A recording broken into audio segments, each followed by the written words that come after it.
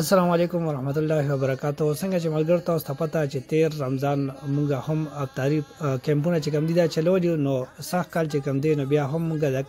کیمپونو اهتمام کړی دی نو ټول نړومبه چې کم دی نو مونږه رالو دکان نه چې کم دی مونږه ځان سره سودا وغیرہ د افطاری د پاره راوغشته او چې کم ملګرو دای په خوخه باندې مونږه سودا لوټ کړه موټر سایکل ته دینه پس چې بیا رالو پرنګ روډ باندې مونږه زه وکړه د ټول مرګر خوښ شو ډېر مزیدار زه سملګری دلته کې چې نو هغه بیا لیټ رااله خدینه علاوه ادریس لګیا دی صفائی کوي دا چې کم دسترخوان دی هغه تیاری او امجد او هرنشین چې کړ دی نو هغه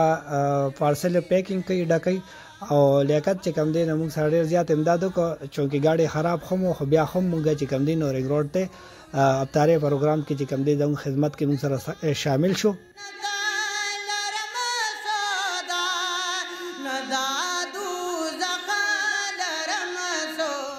دین علاوه زموږ د افطاری پروګرامونه چې کم دي نو دا غونډ رمضان چې کم دي نو دا چلیږي په دویمه روزه په دریمه روزه د کشانت چې سونه موږ سره صدقات راجمع کیږي دا غي په تر باندې موږ دکا سودا زما سودا مولا کاستا رسول الله ودم خنال رکا پردا دیدن دیرا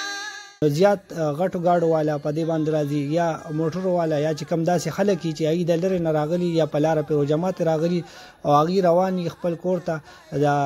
لری روزدار چې کمینو هغه ته موږ ان شاء الله دا پیکیج ورکو او رسوبه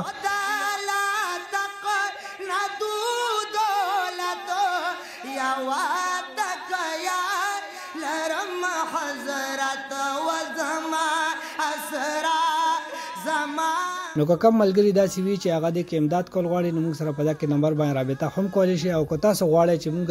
سره شامل شي په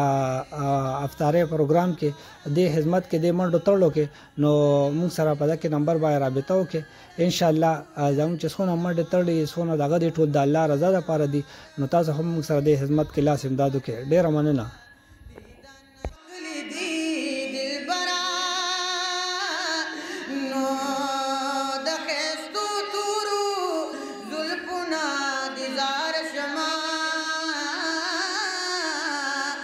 قرآن کی رب سایل دی دلبرا دخستا و دور ظلفنا دیزار شما پا قرآن کی رب سایل دی دلبرا دا حاجی محمد امین منظور کا دا شیرون لیکل دی دل بر ودم خنال رکا پردا دیدن دیرا رسول اللہ پروی میدان دا حشرگا ولار لمیا رسول اللہ نون دا جنت لرم سودا ندا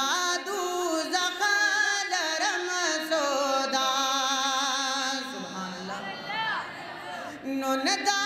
جنت لرم سودا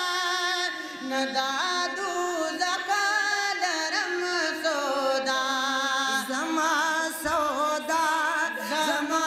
سودا مولا کاستا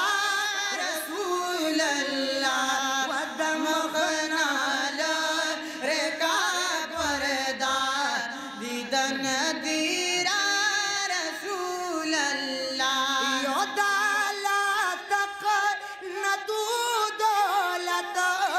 یواتک یا لرم حضرت یو دالاتک ندو دولت یواتک یا لرم حضرت وزما اسرا زما مولا زما